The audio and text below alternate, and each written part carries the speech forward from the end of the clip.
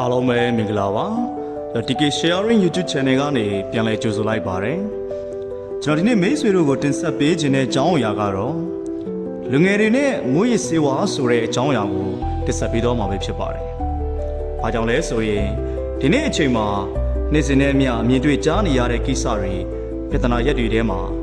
လူငယ်တွေမွေးရစေဝါပုံမသုံးဆွဲလာကြတဲ့ဆိုတဲ့အကြောင်းအရာကိုလည်းမကြာခဏဆိုသလိုမြင်တွေ့နေရလို့ပဲဖြစ်ပါတယ်။နောက်ပြီးမြန်မာနိုင်ငံမှာရှိတဲ့လူငယ်တွေကြားမှာမွေးစေဝါသုံးဆွဲမှုတွေဟာစိုးရိမ်ဖွယ်ရာအခြေအနေတစ်ခုကိုရောက်ရှိလာတဲ့အတွက်ကြောင့်လည်းပဲဖြစ်ပါတယ်။အခုချိန်မှာဆိုရင်ကျေးရွာတွေကစပြီးမြို့ပြတွေအထိကိုလူငယ်တော်တော်များများဟာမွေးစေဝါရဲ့အန္တရာယ်အတွင်းကိုကြားရောက်နေကြပြီပဲဖြစ်ပါတယ်။ဒါကြောင့်ပထမဦးဆုံးအနေနဲ့လူငယ်တွေဟာဘာကြောင့်မွေးစေဝါကိုစတင်သုံးဆွဲလာကြတယ်လဲဆိုတဲ့အကြောင်းရင်းတွေကိုစပြီးတော့တင်ဆက်ပေးခြင်းပါတယ်။ပထမဆုံးနံပါတ်1ချက်ကတော့မိဘတွေရဲ့ဂရုစိုက်မှုနေပါခြင်းကြောင့်ပဲဖြစ်ပါတယ်။ယနေ့ခေတ်မှာ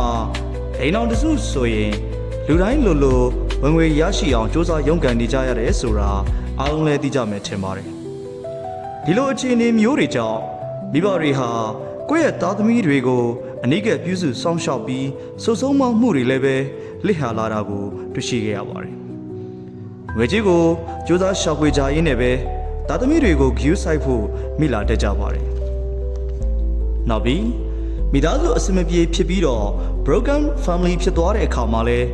မိမိရဲ့သားသမီးတွေကိုအကြောင်းအမျိုးမျိုးကြောင့်လိုက်လံထိမ့်သိမ်းနိုင်မှုတွေမရှိတော့တာတွေကြောင့်လည်းပဲလူငယ်တွေဟာအထိန်အကွမဲ့နေထိုင်ခွင့်ရရှိသွားတတ်ပြီးလမ်းမကိုရောက်ရှိသွားတတ်ရလည်းဖြစ်ပါတယ်။ဒါကြောင့်ပထမဦးဆုံးချက်အနေနဲ့လူငယ်တွေကိုမွေးစေဝါစတင်သုံးဆွဲလာရတဲ့အကြောင်းရင်းတရားထဲမှာဆိုရင်နံပါတ်1ကမိဘတွေရဲ့ဂရုစိုက်မှုနေပါခြင်းဟာလည်းပဲတစ်ချက်ပါဝင်မဲ့ဖြစ်ပါတယ်။နံပါတ်2ကတော့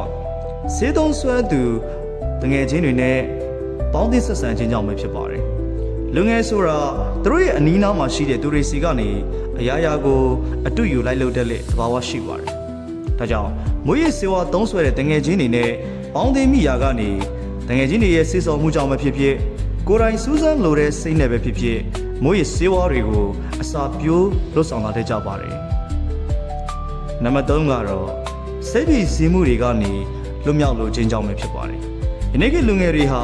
စိတ်ပြီးစီးမှုတန်းတွေကိုတောင့်မခံနိုင်တော့တာကိုတွေ့ရှိလာရပါတယ်။ဒါကြောင့်လည်းပဲလူငယ်တွေဟာသူတို့ကြုံတွေ့လာရတဲ့စိတ်ပြီးစီးမှုတွေကနေလွတ်မြောက်ဖို့အတွက်နီလန်အမျိုးမျိုးကိုလွတ်ဆောင်လာတတ်ကြပါတယ်။ဥပမာကျောင်းစာတွေရဲ့ဖြစ်စည်းမှုတွေကိုကြုံတွေ့ရတယ်လို့ပဲဖြစ်ဖြစ်မိသားစုအရေးအဆင်မပြေလို့ပဲဖြစ်ဖြစ်အဲလိုပြဿနာတွေနဲ့စိတ်ပြီးစီးမှုတွေကိုကင်းလို့ဖို့သူတို့ရဲ့ပတ်ဝန်းကျင်မှာဂျာဘူးနာဝရှိတဲ့အတိုင်းမွေးရစေဝါတွေကိုအကူအညီယူပြီးတော့မှဖြည့်ဖြောက်ဖို့ကြိုးစားလာတတ်ကြပါတယ်။ဒါဟာလည်းပဲလူငယ်တွေမွေးရစေဝါစတင်သုံးဆွဲလာတဲ့အခြေအနေတစ်ခုပဲဖြစ်ပါတယ်။နောက်တစ်ချက်ကတော့အချိန်ဖြုံးတိလိုခြင်းကြောင့်ဖြစ်ပါတယ်။ဒါကတော့ပညာသင်ကြားဖို့အခွင့်အလမ်းမရှိတော့တဲ့လူငယ်တွေနဲ့အလောက်ကိုင်းအတိအကျမရှိတဲ့လူငယ်တွေမှာတွေ့ရတဲ့အရာပဲဖြစ်ပါတယ်။လူငယ်တွေဟာသူတို့မှာလုံးစရာအလုပ်မမယ်ရရမရှိတဲ့အခါမှာသူတို့တွေရဲ့အချိန်တွေကိုဘလို့ဖြုံးရင်ကောင်းမလဲလို့စဉ်းစားလာတတ်ကြပါတယ်။ဒီအခါမှာအတက်ဆန်းခြင်းလို့ပဲဖြစ်ဖြစ်ဝါသနာပါလို့ပဲဖြစ်ဖြစ်မွေးရစေဝါကိုသူတို့တွေရဲ့အချိန်ကုန်ဆုံးစေဖို့အတွက်စတင်သုံးဆွဲလာတတ်ကြပါတယ်။ဒါကြောင့်လူငယ်တွေဟာအားလုံးချိန်များစွာရှိနေရင်ကောင်းတဲ့အရာထက်မကောင်းတဲ့အရာကိုပို့ပြီးတော့လွတ်ဆောင်တတ်ကြတယ်ဆိုတာကိုသိရှိရမှာပဲဖြစ်ပါတယ်။ဒါဆိုရင်လူငယ်လေးတွေကိုမွေးစေဝါသုံးဆွဲမှုမရှိရလေအောင်ဘလို့နီးလန်းတွေနဲ့ထိမ့်သိမ်းကာကွယ်ကြမလဲဆိုတဲ့နီးလန်းတွေကိုဆက်ပြီးတော့တင်ဆက်ပေးကြပါမယ်။ပထမအဆုံးနည်းကတော့မိသားစုတွေကနေအမြဲမပြတ်စောင့်ကြည့်ဂရုစိုက်မှုရှိဖို့ပဲလိုအပ်ပါတယ်။ဘာကြောင့်လဲဆိုရင်မိဘတွေအနေနဲ့ကိုယ့်ရဲ့သားသမီးတွေကိုငွေကြေးထောက်ပံ့ပေးလိုက်ရုံနဲ့တည်းမပြီးတော့ပါဘူး။သူတို့လေးတွေရဲ့အပြုအမူတွေအပေါင်းအသင်းနဲ့အတွေးခေါ်တွေကိုဂရုတစိုက်စောင့်ကြည့်ဖို့လိုအပ်ပါတယ်။ဒါမှသာသူတို့တွေရဲ့ပြောင်းလဲလာမှုနဲ့အတူလိုအပ်ချက်တွေကိုသိရှိပြီးအကောင်းဆုံးလမ်းညွှန်ပေးနိုင်မှာပဲဖြစ်ပါတယ်။နောက်တစ်ခုကတော့မွေးရစေဝါနဲ့ပတ်သက်တဲ့ပညာပေးခြင်းလုပ်ငန်းတွေလုပ်ဆောင်ပေးသင့်ပါတယ်။လုပ်ငန်းတွေအနေနဲ့မွေးရစေဝါသားကောင်မဖြစ်ရလေအောင်ငယ်စဉ်ကတည်းကမွေးရစေဝါရဲ့ဆိုးကျိုးတွေကိုပညာပေးသင့်ပါတယ်။မွေးရစေဝါသုံးဆွဲသူတွေရဲ့သွေးမြေလက္ခဏာနဲ့ ကျမ်းမာရေးထိခိုက်လာမှုတွေကိုရုပ်ရှင်တွေစာအုပ်တွေနဲ့အဝေးကျင်မှာရှိတဲ့လက်တွေ့ဖြစ်ရတွေနဲ့အတူငယ်စဉ်ကတည်းကသင်ကြားပေးဖို့လိုအပ်ပါတယ်။နောက်တစ်ချက်ကတော့အချိန်ကိုအကျိုးရှိစွာအသုံးချတဲ့နည်းလမ်းတွေကိုသိရှိစေဖို့အတွက်ပဲဖြစ်ပါတယ်။လူငယ်တွေဟာအားလုံးချိန်တွေမှာဘယ်အရာကိုဦးစားပေးလှုပ်ဆောင်ရမလဲဆိုတာနဲ့ဘလို့အကျိုးရှိအသုံးချမလဲဆိုတာတွေကိုသိရှိအောင်ငယ်စဉ်ကတည်းကပြောပြထားရမှာပဲဖြစ်ပါတယ်။ဥပမာအားကစားလုပ်တာပဲဖြစ်ဖြစ်စာပေတာပဲဖြစ်ဖြစ်ဒါမှမဟုတ်အနုပညာနဲ့သက်ဆိုင်တဲ့လုပ်ငန်းတွေမှာပေါဝင်ဆောင်ရွက်ခြင်းကပဲဖြစ်ဖြစ်မိမိရဲ့အချိန်တွေကိုအကျိုးရှိအသုံးချတတ်စေဖို့အတွက်ငယ်စဉ်ကတည်းကလေ့ကျင့်ပြိုးထောင်ပေးရမှာပဲဖြစ်ပါတယ်။နောက်တစ်ချက်ကတော့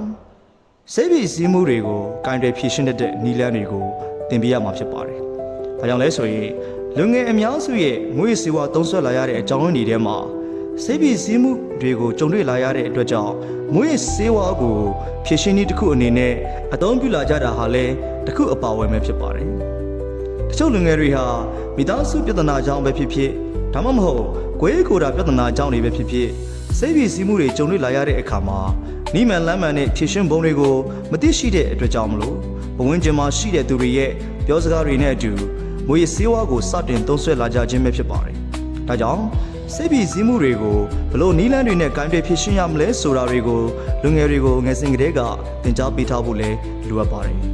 ။နောက်ထပ်မွေးစေဝါရဲ့စိုးကျိုးတွေကိုလည်းဆက်ပြီးတော့တင်ပြပေးခြင်းပါတယ်။ဒါပေမဲ့မွေးစေဝါသုံးဆွဲလာပြီးဆိုရင်မွေးစေဝါသုံးဆွဲတဲ့သူတွေမှာကိုကျမ်းမာရေးကိုသာမကစိတ်ပိုင်းဆိုင်ရာကျမ်းမာရေးတွေလည်းများစွာထိခိုက်လာစေပါတယ်။မွေးစေဝါသုံးဆွဲတဲ့သူတွေဟာ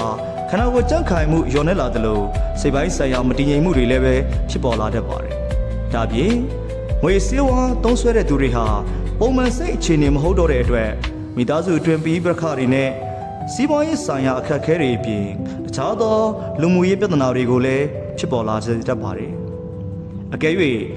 ငွေစေဝါကိုဆွဲနေတဲ့သူဆိုရင်တော့ဒီငွေစေဝါသုံးဆွဲတဲ့သူတွေအတွက်ပြန်လည်ထူထောင်ရေးစင်တာတွေနဲ့ဆေးရုံတွေမှာကုသမှုကိုအချိန်မီခံယူဖို့လိုအပ်ပါတယ်။ဒီစင်တာတွေဟာစိတ်ခွန်အားပေးခြင်းတွေနဲ့စိတ်ဖြတ်ခြင်းလူမှုရေးဆိုင်ရာပြန်လည်ထူထောင်ရေးလုပ်ငန်းတွေကိုဆောင်ရွက်ပေးကြလိမ့်ရှိပါတယ်။ဒါကြောင့်